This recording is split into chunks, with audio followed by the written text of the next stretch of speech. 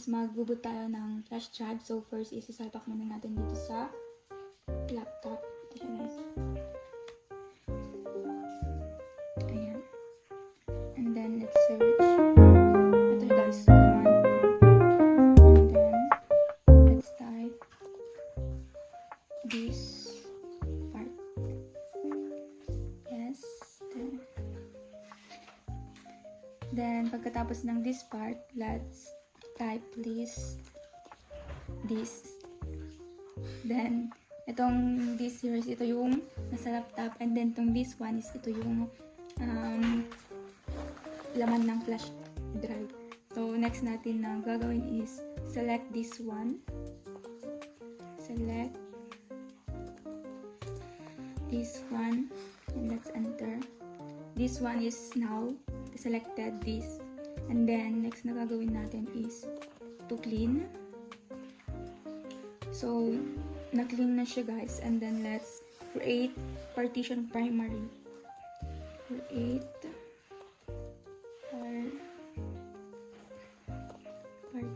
partition primary.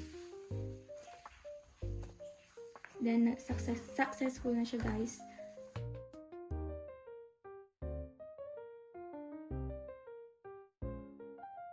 Then next is this part says in the creation in specific partition. So let's type select partition 1. Select partition 1. Tingnan natin yung mga spelling natin guys kung sakto talaga siya. And then next is let's type active.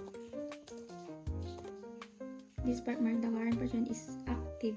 Then now let's type format fs is equal to ntfs, and then lagyan natin siya ng quick. Then hintayin natin siya mag 100. So 100 na siya, and let's type assign. And then exit. So since we need na mag-download ng Windows 10 or 11, so let's search Rufus. So dito tayo pwedeng mag-download ng Windows 10 or 11 dito.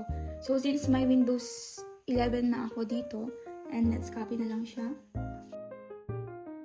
Windows 11, and then let's copy, and then punta tayo sa USB drive, and then Ctrl V.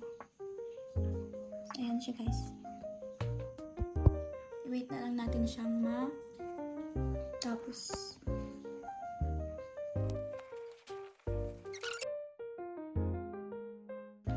So ayan guys, may Windows 11 na yung USB natin. So